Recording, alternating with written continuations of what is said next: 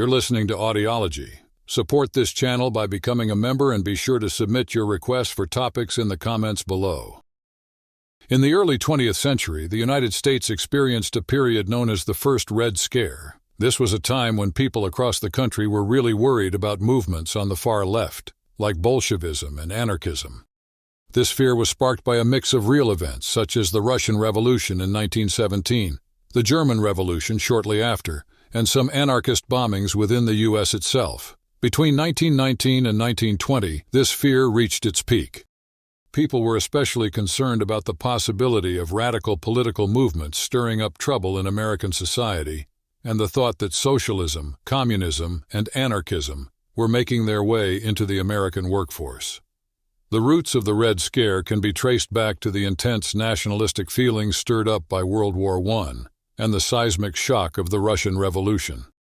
As the war came to a close, U.S. officials began to see the potential for a communist revolution at home, evidenced by labor movements such as the Seattle General Strike and the Boston Police Strike, as well as a series of bombings orchestrated by anarchists targeting political and business leaders. The situation was further inflamed by a series of heavy-handed responses, including the Palmer raids, led by United States Attorney General A. Mitchell Palmer, aimed at crushing radical groups.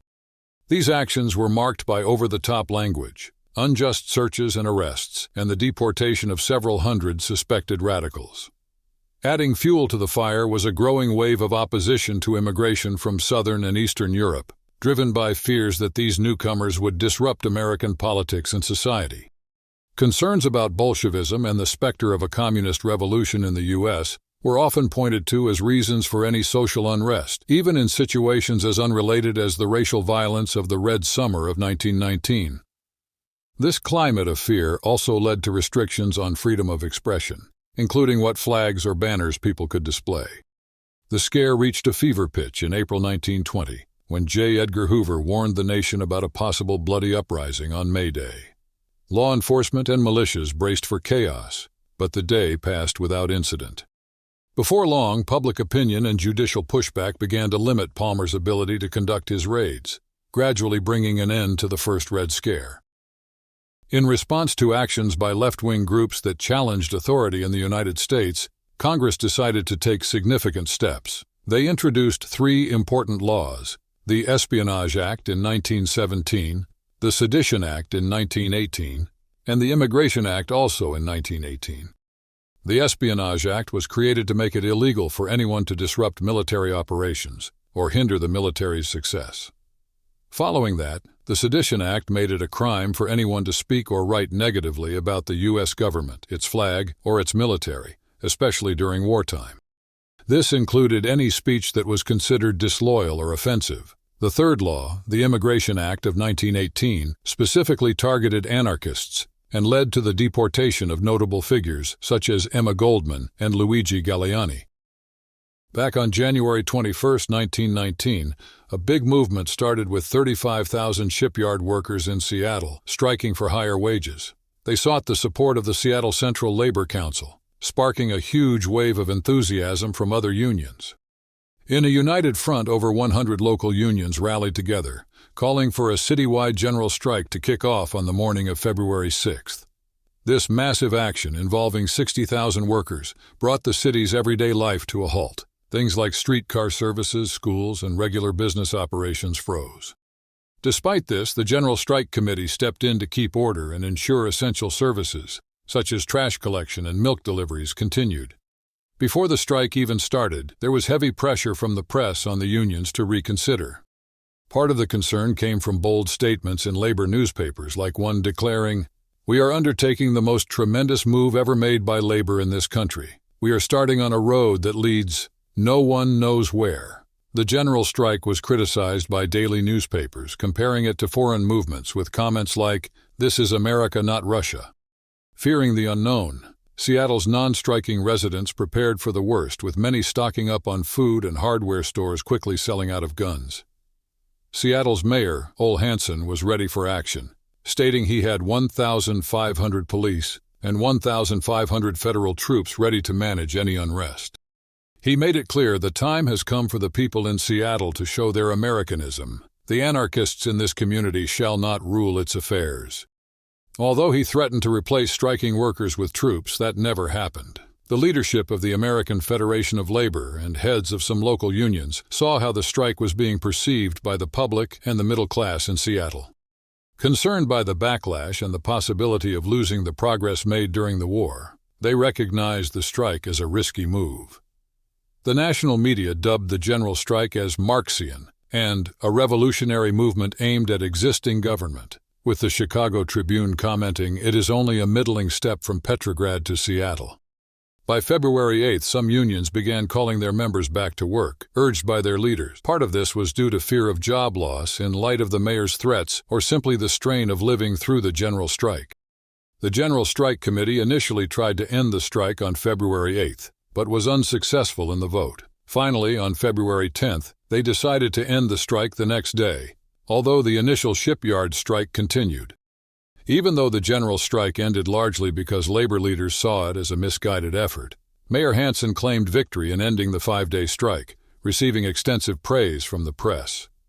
A few months later, he resigned and went on a lecture tour across the country, speaking about the dangers of domestic Bolshevism and making $38,000 in just 7 months, 5 times what he earned annually as mayor. He also released a pamphlet titled Americanism versus Bolshevism. The Overman Committee was a special group formed within the United States Senate's Judiciary Committee, led by Lee Slater Overman, a Democrat from North Carolina. It was initially set up to look into German sabotage efforts during World War I, but its scope widened significantly on the 4th of February 1919, right after the Seattle General Strike was made public, to include investigating any attempts to spread Russian revolutionary ideas in the United States and plots to overthrow the U.S. government. From the 11th of February to the 10th of March 1919, this committee held hearings that painted a picture of Bolshevism as a dire threat to the United States and its foundational principle, concluding their findings in a report published in June of that year. Archibald E. Stevenson, a lawyer from New York with connections to the Justice Department, perhaps serving as an unofficial informant, presented testimony on the 22nd of January 1919 that linked anti-war and anti-draft activities during the war to pro-German sentiment, now evolving into support for the Bolshevik movement. Stevenson argued that despite Germany's defeat, its ideology, now dominant in Russia, posed a new menace to the U.S. He traced this movement back to Marx's philosophy and its German leaders, highlighted by the involvement of figures like John Reed and financial influxes from Russia. The committee was particularly intrigued by the unification of various leftist factions under the Bolshevik banner, a phenomenon Senator Knute Nelson of Minnesota even suggested had positively rallied progressives and reformers in America. Testimonies also detailed the severe impacts of a potential similar revolution in the U.S., such as enforced atheism, media takeovers, bank attacks, and the dismantling of the insurance sector. There were also mixed reports on the status of women in Russia, with some claiming they were turned into state property. The media eagerly covered the committee's activities and final report, labeling the Bolsheviks with harsh terms like assassins and madmen and crime mad. Despite a few voices that spoke up in favor of the Bolshevik Revolution, their impact was overshadowed by the overwhelmingly negative portrayal. The publication of the committee's final report led to dramatic headlines decrying the Red Peril and insinuating plans for a violent overthrow of the U.S. government. In the spring of 1919, around 36 bombs designed to go off by themselves were sent through the mail to a number of high-profile individuals in the United States. This group included politicians such as the Attorney General, several judges, prominent businessmen like John D. Rockefeller, and a Bureau of Investigation agent named R.W. Finch, who was looking into the activities of the Galleonist group. These bombs were all packaged to look the same and were meant to be delivered on May Day, which is recognized as a day to honor organized labor and the working class. However, not all of them reached their intended destinations due to insufficient postage for some. One bomb that was meant for Seattle Mayor Ole Hansen, a critic of the Seattle General Strike, arrived early and didn't explode as planned. This prompted the Seattle police to alert the post office and other law enforcement bodies. On April 29th, a bomb aimed at U.S. Senator Thomas W. Hardwick, who had helped sponsor legislation aimed at excluding anarchists, went off, injuring his wife and their housekeeper. Then on April 30th, a sharp-eyed employee at a New York City post office noticed 16 suspicious packages because of the way they were wrapped and stopped them from being delivered. Additionally, another 12 bombs were found and intercepted before they could reach the people they were sent to. In June of 1919, a shocking series of bomb attacks hit several cities across the United States. These were not small explosives. Each bomb was packed with up to 25 pounds of dynamite, and they all contained heavy metal pieces meant to scatter like bullets when the bombs went off. The attacks targeted people who had investigated or opposed anarchist groups, including Attorney General Palmer, who was aimed at for the second time, a state representative from Massachusetts, and a silk manufacturer from New Jersey. The explosions caused 2 deaths, a night watchman in New York named William Boehner, and one of the attackers, Carlo Valdinocci, an extremist from the Galleanist group. Valdinocci accidentally killed himself when the bomb he was placing at Palmer's house exploded in his face. Though Palmer and his family were not seriously hurt, their house was virtually destroyed. Each bomb came with a pink leaflet titled Plain Words, accusing the targets of engaging in a class war and threatening further destruction to overthrow what they called tyrannical institutions. The investigation traced these flyers back to a printing shop run by an anarchist named Andrea Salcedo. However, authorities couldn't gather enough evidence to bring charges against him. Further investigations connected the Galleanist group to these attacks and another previous bombing through the evidence found at Valdinocci's fatal scene, bomb materials, and insider testimonies. While some members of the Galleanist group were deported or left the U.S. on their own, attacks continued sporadically until 1932. Starting from the 1890s, the American labor movement has honored May Day, without any of the violence seen in Europe's celebrations of the same day. But on May 1, 1919, things changed dramatically when large left-wing demonstrations in cities like Boston, New York, and Cleveland were met with violence, a departure from their usual peaceful nature. In Boston, the situation escalated when police attempted to halt a march without a permit, leading to clashes over the socialists' red flags. The conflict resulted in one policeman being fatally shot and another dying from a heart attack. William Sidis was arrested in the chaos, and later, an angry mob targeted the socialist headquarters, resulting in 114 socialist sympathizers being arrested. The next day, each group's newspapers backed their side without critique.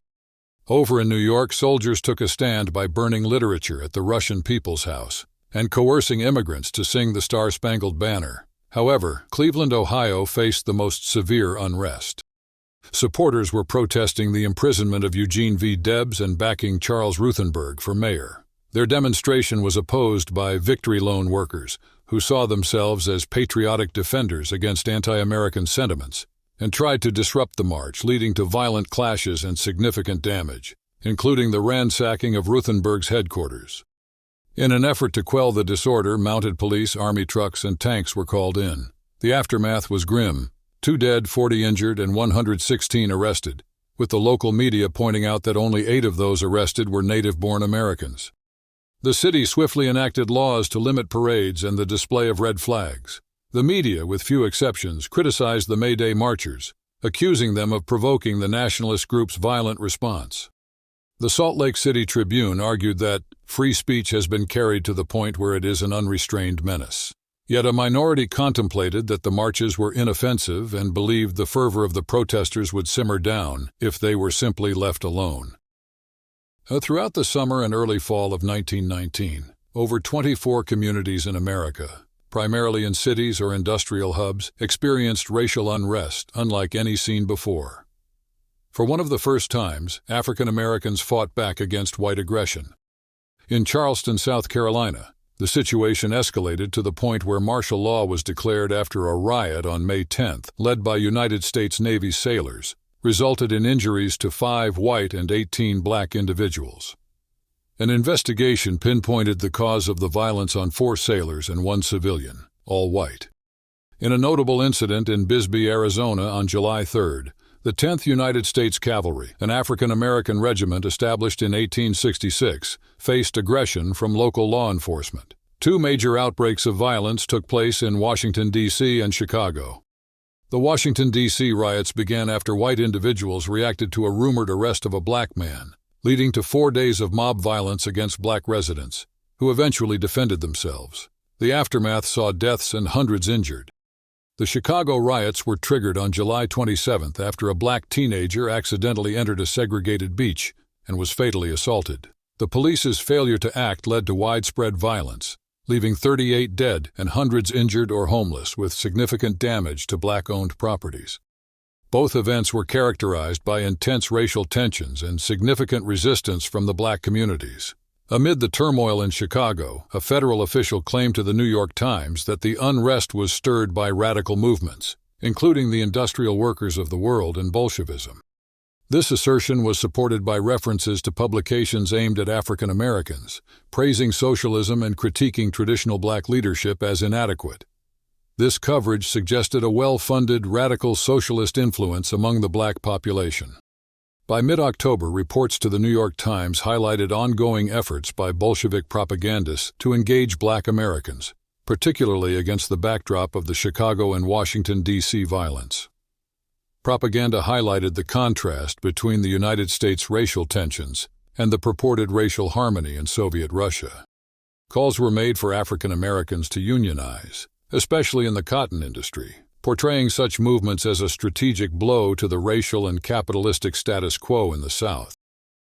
In June 1919, at the urging of local groups, the American Federation of Labor, also known as the AFL, began to officially recognize police unions. This move quickly gained traction, with 37 cities having affiliated police unions within just 5 months. This growing momentum led to the Boston Police aiming to get their union acknowledged and to press for better pay and work conditions, going on strike on September 9, 1919. The city's police commissioner, Edwin Upton Curtis, staunchly opposed the idea of police officers unionizing, especially under an organization like the AFL. As Boston's police force walked out, the city experienced 2 chaotic nights. It took thousands of State Guard members and volunteers to bring the situation under control, tragically resulting in some deaths. The media and political commentators sensationalized the event, amplifying public fear and depicting the strike as much more alarming than the $35,000 in property damage that occurred. The striking officers faced harsh criticism, labeled as deserters and agents of Lenin. The Philadelphia Public Ledger contextualized the Boston strike within a broader concern of Bolshevism, suggesting the chaos was a glimpse into a threatening new reality. Meanwhile, President Woodrow Wilson from Montana condemned the strike as a betrayal to civilization, describing Boston as overrun by an army of thugs. The criticism was exacerbated by unfortunate timing. The strike's first full day coincided with a grand parade in New York City, celebrating war hero General John J. Pershing, casting the strikers in an even more unfavorable light. In Washington, D.C., fears were vocalized that this strike was part of a larger attempt to revolutionize the government, a sentiment echoed by Senator Henry Cabot Lodge, who warned of a potential Soviet-style government run by labor unions. The Ohio State Journal argued that striking policemen should lose not only their jobs, but their citizenship, branding their action as unforgivable. Amidst the backlash, Samuel Gompers of the AFL sensed the strike was harming labor's public perception and advised the officers to return to work. However, their attempts were thwarted by the unwavering police commissioner and the support of Massachusetts Governor Calvin Coolidge. Coolidge's concise criticism of the strike, stating, "There is no right to strike against the public safety, anywhere, anytime," boosted his national stature. Ultimately, the strike was a blow to the labor movement, leading the AFL to revoke its recognition of police unions. Coolidge's firm stance against the strikers played a significant role in his nomination for vice president in the 1920 presidential election, marking both a personal triumph and a challenging period for labor rights. During World War I, New York City and Jersey City were swept by a large-scale rent strike movement from 1918 to 1920, sparked by severe shortages in housing and coal caused by the war effort. The exact number of participants is hard to pin down, but it was massive, involving at least tens of thousands and likely even hundreds of thousands of tenants. The context of these strikes was deeply influenced by the Red Scare, a time when fear of communist influence was at a peak. Political figures frequently labeled tenant leaders as Bolsheviks, suggesting an unwarranted fear of a mass uprising. The atmosphere was tense, and the strikes were met with harsh government actions, including the infamous Palmer raids and actions by the Lusk Committee. There was also a noticeable tinge of anti-Semitic sentiment during this period. In a significant political move in 1920, 5 socialist members of the New York State Assembly were expelled by an overwhelming vote of 140 to 6. This action was taken partly as a reaction to their support for the rent strikes. Ultimately, this wave of strikes led to significant changes. It resulted in the creation of the country's first rent control laws and altered the dynamics between tenants and landlords forever. However, the movement also faced serious setbacks. The raids and the new laws aimed at addressing the crisis contributed to the decline or outright dismantling of the more radical tenant organizations involved in the strikes.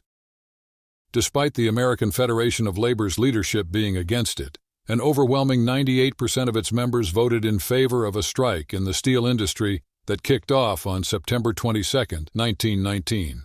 This move resulted in shutting down about half of the steel industry, affecting almost all the mills in various U.S. cities including Pueblo, Colorado, Chicago, Illinois, Wheeling, West Virginia, Johnstown, Pennsylvania, Cleveland, Ohio, Lackawanna, New York, and Youngstown, Ohio. The steel companies didn't waste time in swaying public opinion against the American Federation of Labor. With the strike underway, they highlighted American Federation of Labor National Committee co-chairman William Z. I. Foster's background as a member of the Industrial Workers of the World, also known as the Wobblies, and as a syndicalist.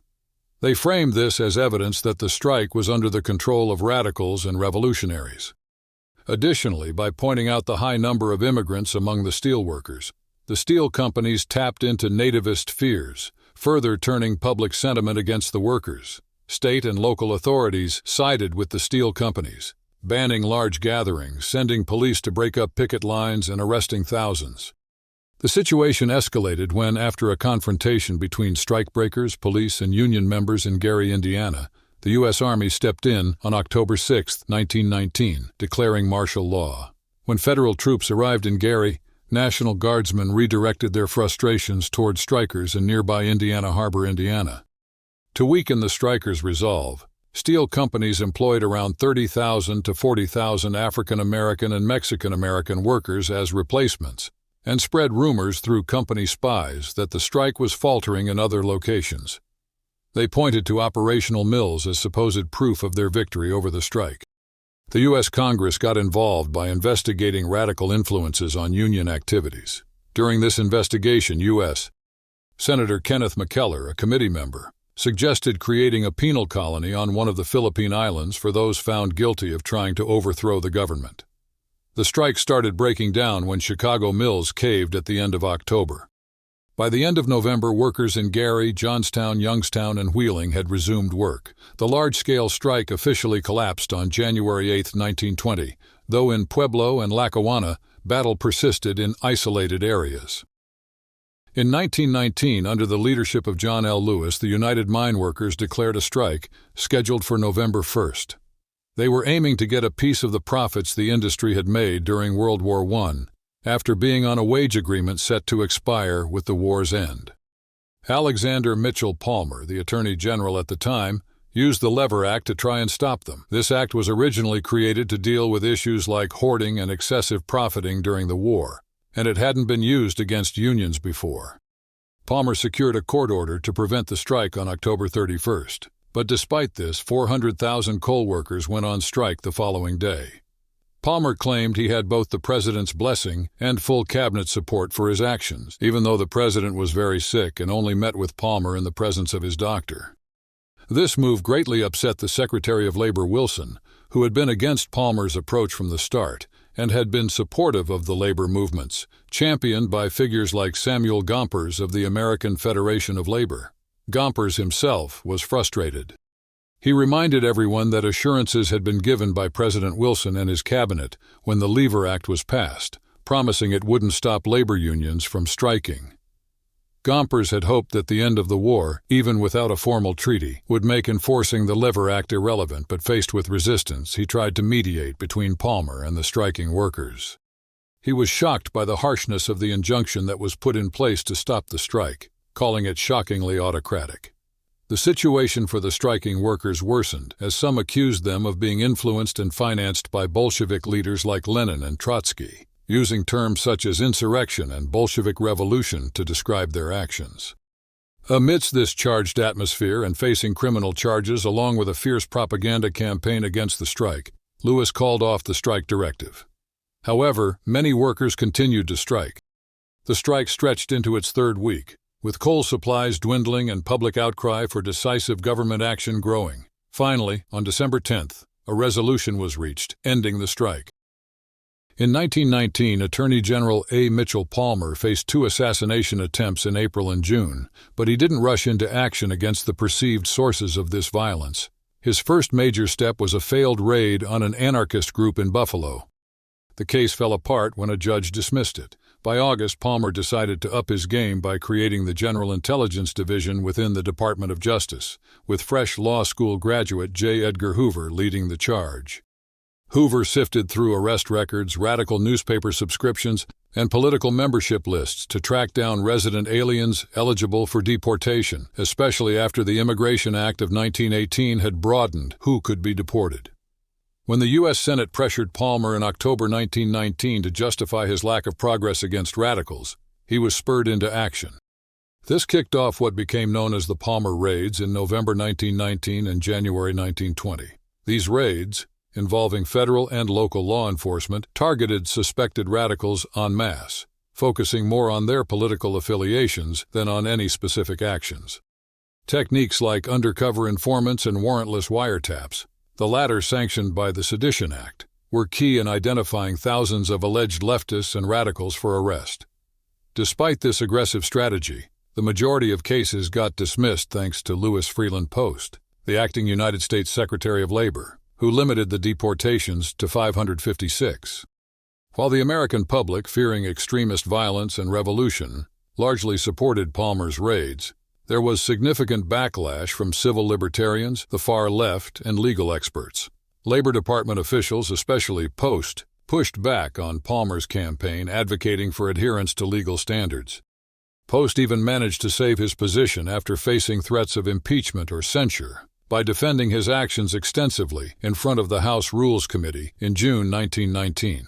Palmer also testified, staunchly defending his raids, arrests, and the deportation program. Although the media praised Post for his adherence to law, Palmer, rather than President Wilson, shouldered the blame for the raid's negative fallout. On December 21, 1919, a ship named the Buford, which the media had nicknamed the Soviet Ark, set sail from New York Harbor carrying 249 individuals who were being deported. Among them, 199 had been caught up in the widespread detentions of the Palmer raids that had taken place the previous November.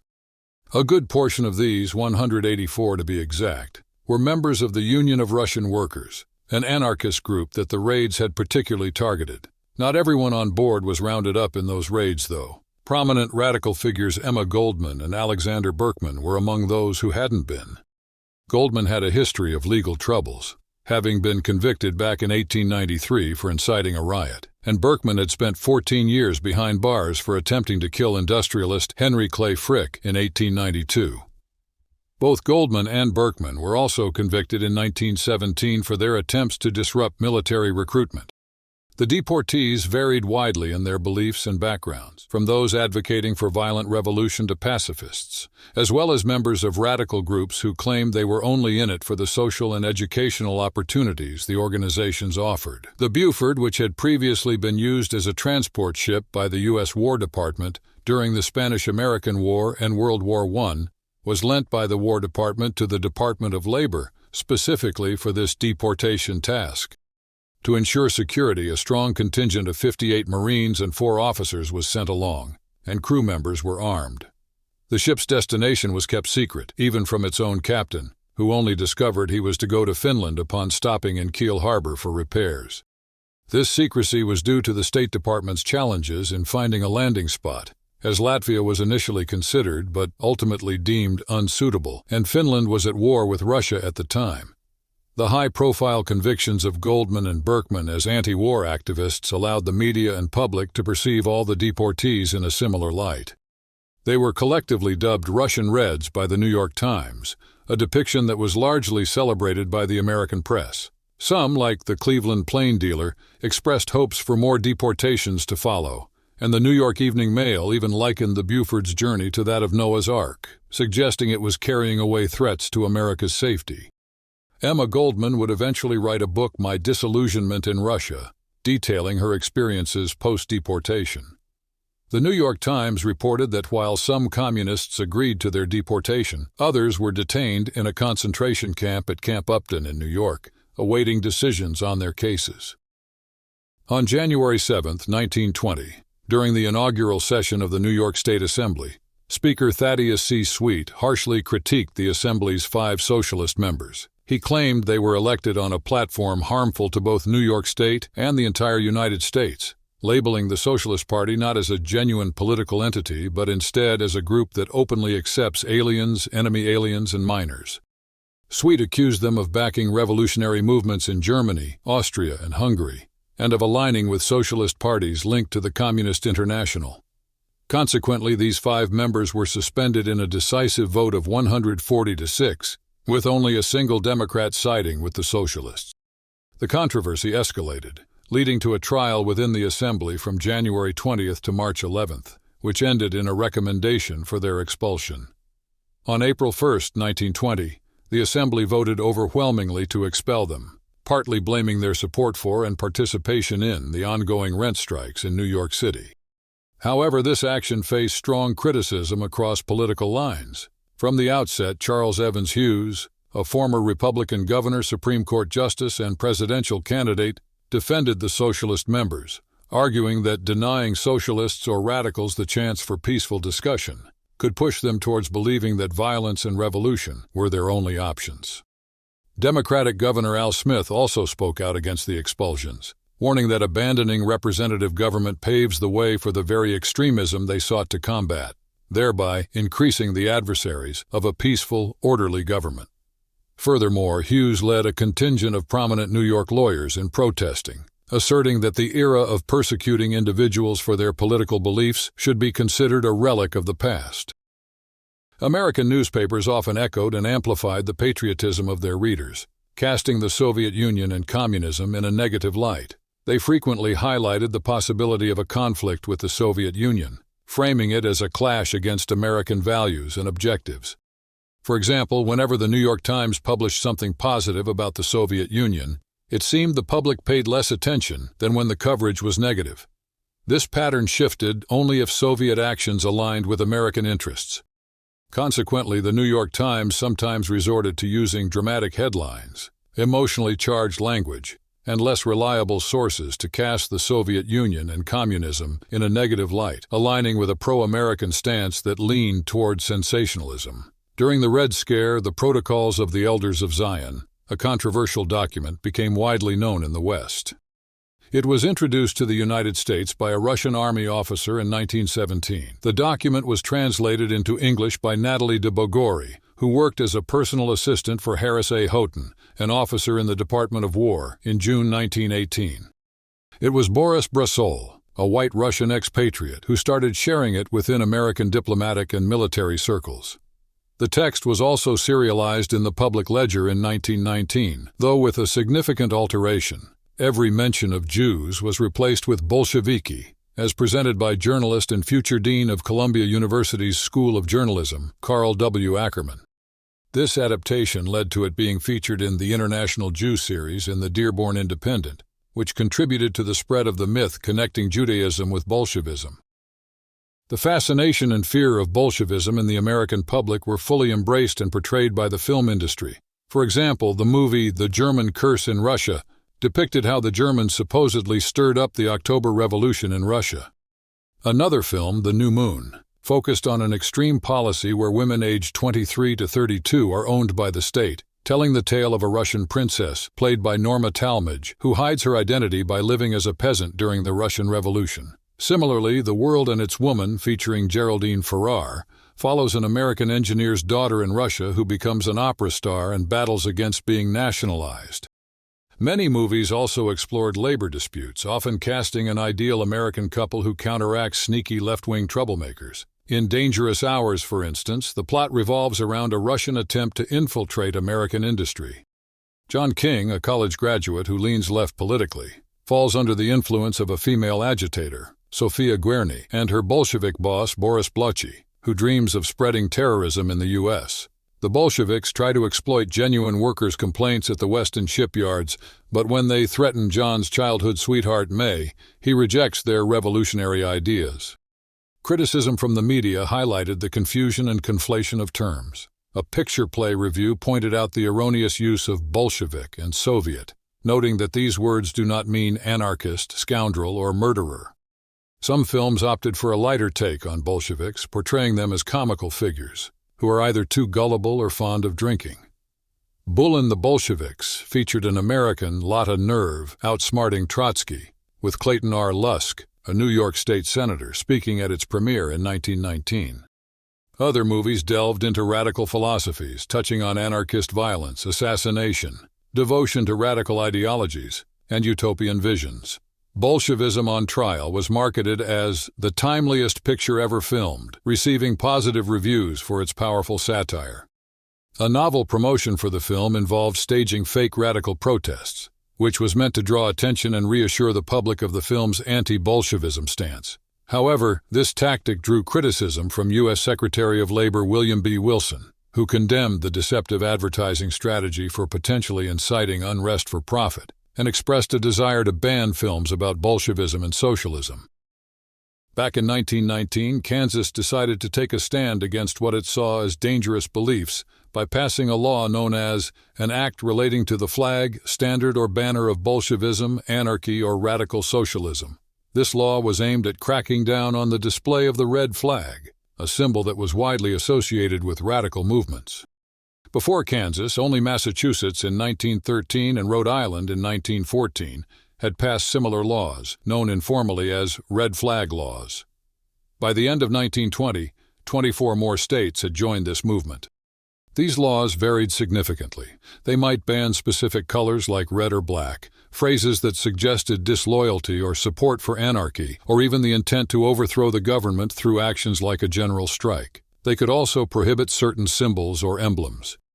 The Yale Law Journal made a tongue-in-cheek remark about how the law in Connecticut, which banned symbols calculated to incite people to disorder, might play out amusingly at the next Harvard versus Yale football game. Meanwhile, Ohio and Wisconsin carved out their exceptions, exempting college pennants and allowing historical museums to display these symbols, respectively. Minnesota had a more practical exemption, allowing the use of red flags for signaling hazards on railroads and highways.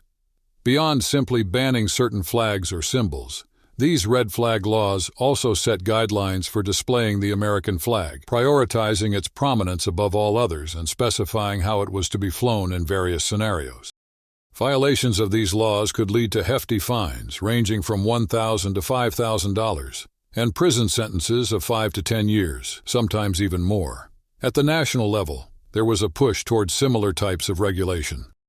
During World War I, the Espionage Act of 1917 and its subsequent expansion through the Sedition Act of 1918 aimed to restrict acts and expressions that interfered with the war effort, albeit these measures were essentially rendered null with the end of the war. Nonetheless, Attorney General A. Mitchell Palmer, with President Wilson's backing, campaigned vigorously for a peacetime equivalent of the Sedition Act, but failed to gain the necessary legislative support. Palmer, undeterred, urged every state to create its version of the Sedition Act. Before 1919, 6 states already had laws typically targeting sabotage. However, in the wake of Palmer's campaigning, an additional 20 states introduced similar laws in 1919 and 1920. Often referred to as anti-syndicalist laws, these varied in wording but broadly criminalized efforts to destroy organized government, including through methods like promoting a general strike. Notably, many cities, including 20 in Washington state alone, adopted their versions of these laws. In the Justice Department led by Attorney General Palmer, J. Edgar Hoover's General Intelligence Division had become the go-to place for information on radicals in the United States. They had infiltrated various organizations, and, after conducting raids in November 1919 and January 1920, they questioned thousands of detained individuals and examined heaps of seized publications and records. Despite recognizing a discrepancy between the radicals' ambitious claims and their actual capabilities, the General Intelligence Division informed Palmer of an alleged plot to overthrow the U.S. government on May 1, 1920. With Palmer's support, Hoover cautioned the country to brace for the worst. Expect assassinations, bombings, and widespread strikes. On April 29, 1920, Palmer himself added fuel to the fire by claiming he had a list of marked men and accused domestic radicals of working in concert with their European allies to cause disturbances simultaneously. His stark warnings made headlines, urging the nation and its law enforcement to prepare for a major upheaval. In response, New York City's police force was on duty for an extended period, and Boston deployed police with machine guns in strategic locations throughout the city. However, when May Day arrived, none of the feared events transpired. The media nearly unanimously ridiculed Palmer and the panic he caused, dubbing it the May Day Scare. Prominent figures and newspapers criticized the overreaction and the undue fear it sparked among the public, highlighting the unnecessary expense and the impact on national morale. This fiasco not only embarrassed Palmer, but also strengthened the position of Louis Freeland Post, who opposed the Palmer raids, when he spoke before a congressional committee a few days later. After Attorney General Palmer's warnings about a May Day plot to overthrow the government turned out to be false, the intense fear of Bolsheviks quickly diminished. Louis Freeland Post, speaking to Congress on May 7th and 8th, effectively argued his case for releasing many individuals caught in Palmer's raids, which halted any efforts to impeach or criticize him. Later that month, a group of well-known lawyers, including Felix Frankfurter and Roscoe Pound, released a report slamming Palmer's Justice Department for engaging in completely illegal actions like entrapment, police brutality, holding people without communication for extended periods, and not following legal processes in court. In June, Judge George W. Anderson from the Massachusetts Federal District Court ordered that 20 more foreign nationals be released, which put an end to the possibility of more raids.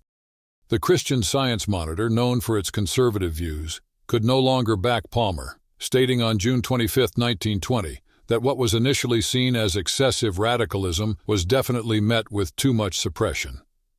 Industry leaders echoed this sentiment. Charles M. Schwab of Bethlehem Steel believed Palmer's measures were creating more radicals than they were stopping, and T. Coleman DuPont criticized the Justice Department's work as just panic over communism.